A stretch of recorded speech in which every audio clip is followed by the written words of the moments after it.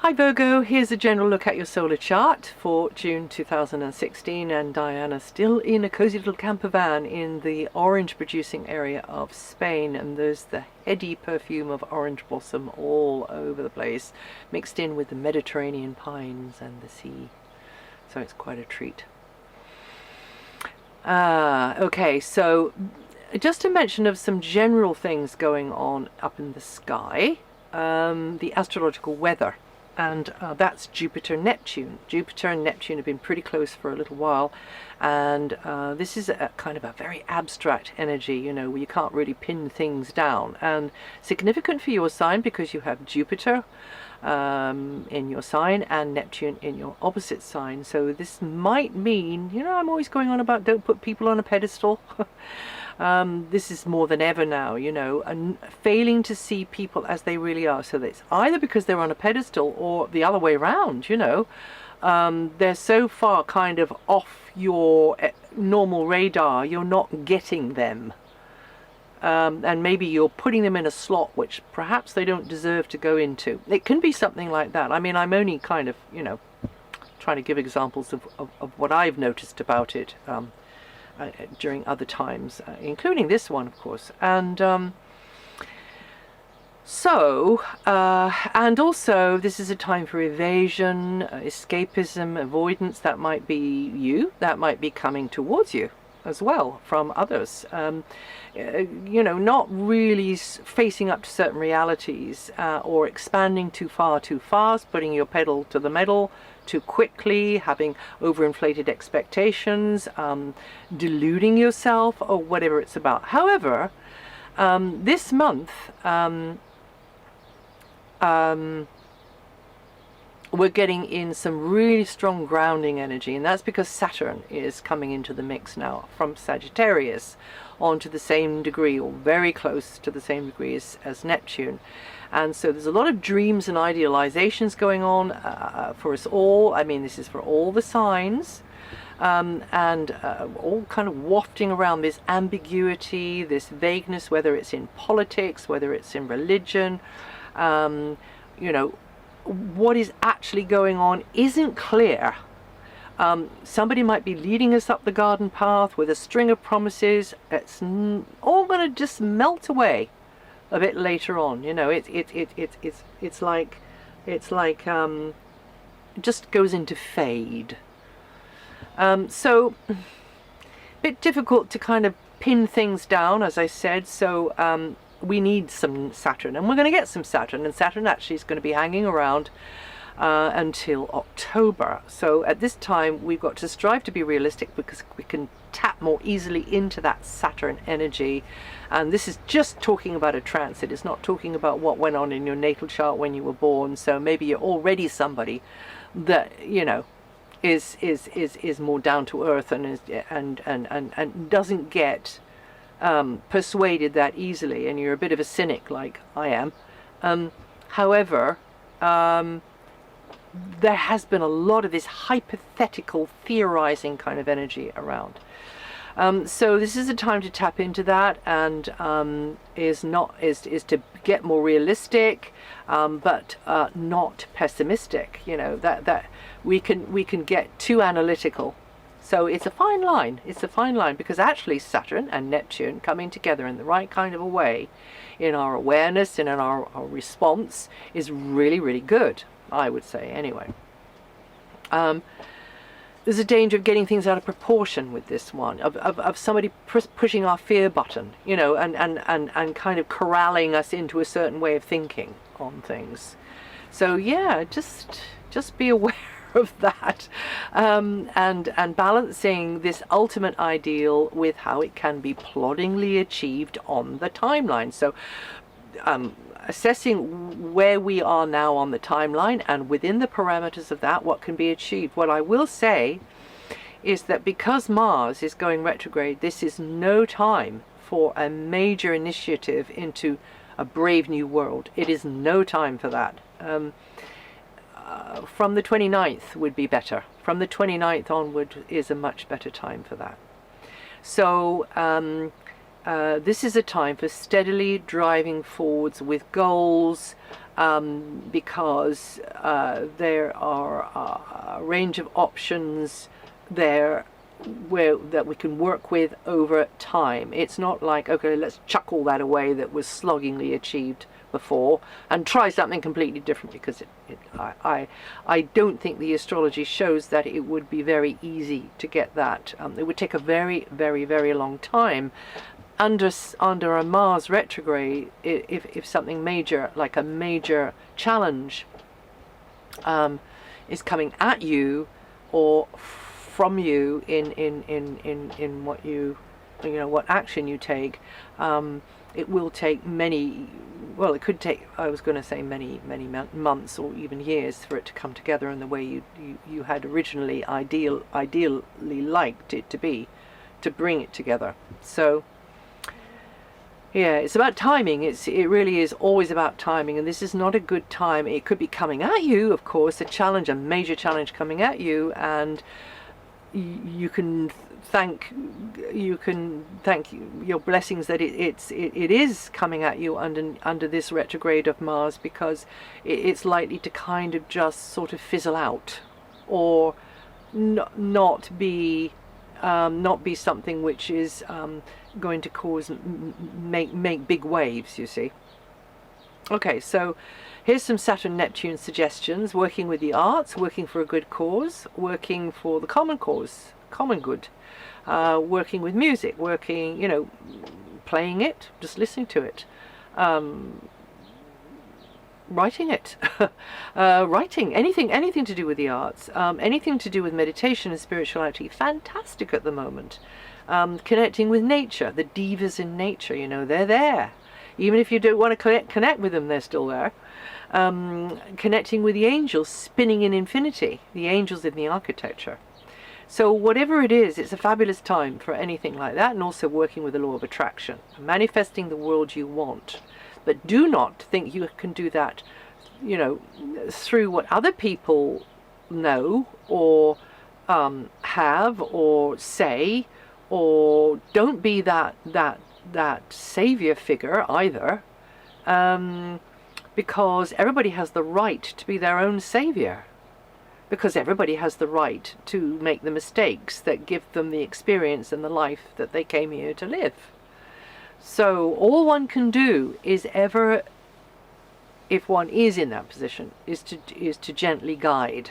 It's called guiding. It's not called imposing, you see. Anyway, so do whatever uplifts and refines your nature and soothes your heart. Now, other things going on. We have in the first week, it's a bit tricky there. It might mean that your confidence is down, your vitality's down, either of those. In which case, responsibilities are on you, the pressures are on you. But you feel them more. It's not necessarily meaning that there are more. It's just that you're likely to feel them more. So it's not a great time to schedule something important. Maybe dealing with authority figures or that kind of thing. But if you find you have to, then you've got to have sort of your ducks in the row and sort of watch your P's and Q's sort of thing.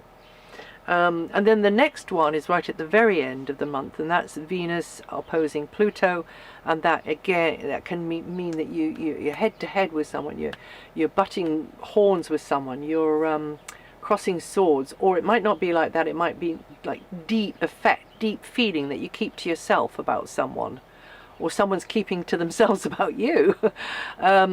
It might be in a passionate kind of a way, in a love kind of a way. It might be like that, but it might not. It might not be any of that. It might be to do with monetary things. It might be to do with property. It might be to do with just those deeper, whatever is going on. Okay, I could conjure various contexts, but whatever is going on, you feel it. You're more sensitive. Your feelings are nearer the surface. Maybe I should have said that in the first place. But it can also be about the material side of life as well. Okay, so what else is happening? Well, until the 21st, we have the sun in an area where you're taking your goals and your targets more seriously. You really got your eye on the long view. You're aiming for things. short view, long view as well, and you're thinking about maybe about image, about reputation, about having to deal with officials and the like, actually, or people in authority, making the right impression. So all of that. But actually, the good news is, up until the 18th, I think you've got Venus there to oil the wheels, to really help you on your way, and to create more favorable circumstances with authority figures or people in a position to help you. So you're more likely to get introductions and people in a position to help, and also maybe more emphasis on parents, but again, that they're in a friendly light, or maybe it's you as the parent. So you're being you're being the support, or maybe another's being the support who's like a parental figure. It can be like that, or maybe you're like a parental figure and you're being the support. But anyway, it's likely to be, relationships in that kind of more business-like or formal area, or parental area, or area to do with officialdom is more likely to be facilitating. More likely, I say, because it's Venus, but of course we can screw it up because the planets don't decide. It's us and our responses that decide. But this is the area where, as I say, it oils the wheels and brings in that kind of harmonious energy.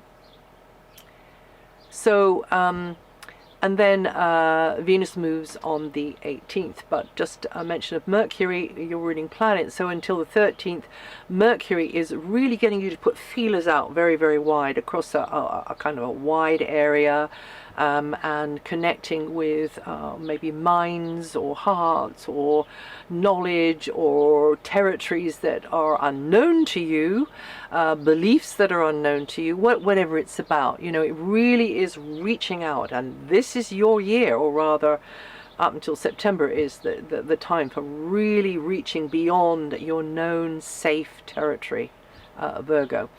And this is because the learning through doing planet, and the planet of expansion and growth, is in your sign, and it comes around once every 12 years. So, and this is reaching further afield, into the unfamiliar, diving in at the deep end, or jumping into the deep end, if you like, and very much being the communicator, being the mouthpiece, beating the drum on something, or indeed being the teacher, or others seeing you more as the teacher or somebody with experience that they want to know, and they'd like you to share. Or maybe it's not like that. Maybe it's you sitting at the feet, as it were, of a teacher. You finding many, many teachers. I often say I've had many, many mothers, because they've taught me amazing things, my female friends mostly. So that kind of thing, that kind of wisdom that you can partake of. And then from the 13th, discussions, correspondence and targets may revolve around bureaucracy and officialdom, like I said about the Sun and Venus. Okay, so that's Mercury, busy little Mercury in there with the paperwork and the correspondence and the whatever else it's about. Then Venus does move out of there into the following area, which is highly progressive, very futuristic. I mean, right at the cutting edge of things, for some of you anyway. And this is a time that you've maybe have been waiting for something, and then there it is. It starts to move forwards, it starts to roll forwards, and you connecting, making lots of connections. A very, very sociable time there with Venus, feeling facilitated, and also being the facilitator with others. As I mentioned, Mars is retrograde nearly all month. By the way, the Sun then moves into there on the 21st. The Sun joins Venus on the 21st, right? And leaving Mercury behind in that area, which is more to do with making the impression, the image, putting the word out, that kind of thing, but also having more conversations with people in sort of like maybe official positions or authoritarian type positions, but also the parental side as well. Okay, so yes, and those of you born in the third week or with 22 degrees rising will feel this Mars energy the most this month. The energy of Mars going backwards blunts that sharpness, damps down that fire. So anything launched under Mars will have maybe slow, long-term effects rather than be a massive kind of make a massive impact. An explosive impact, you see.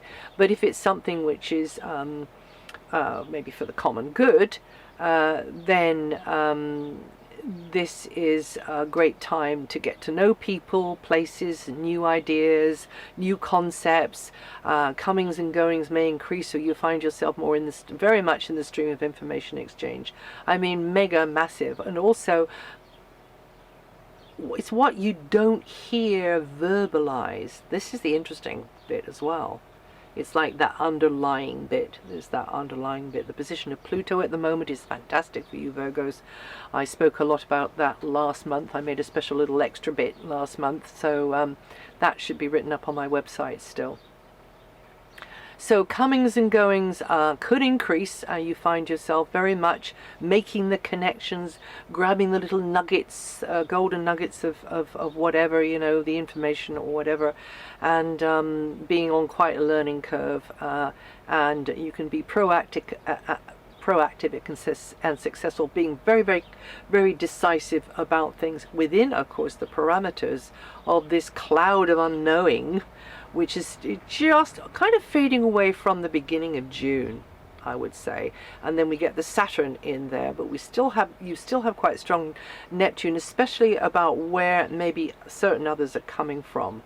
You know, maybe they are unreliable, or maybe they are, you know, promising one thing and actually they haven't got the muscle to, or indeed the real deep sincerity to follow up on that, or whatever else it is. You know, maybe through no fault of their own they can't follow up on it, and that's just the general feel of it at the moment. But it's a wonderful healing energy. You know, you as the healer, yes, fine.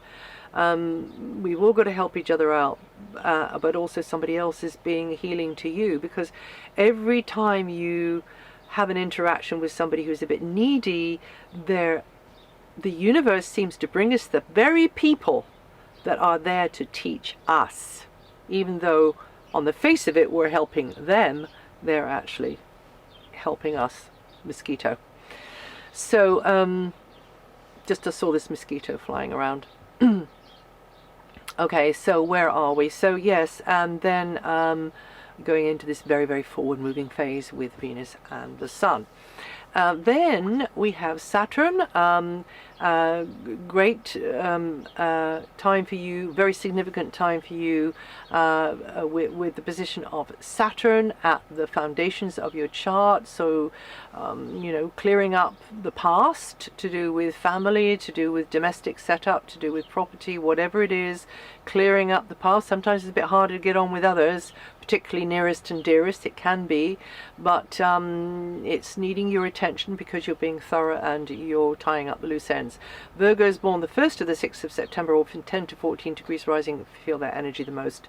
And then Jupiter is in your sign, and this is the growth spurt for you, your major growth spurt, and mixing and mingling from those with very different backgrounds or belief systems or whatever.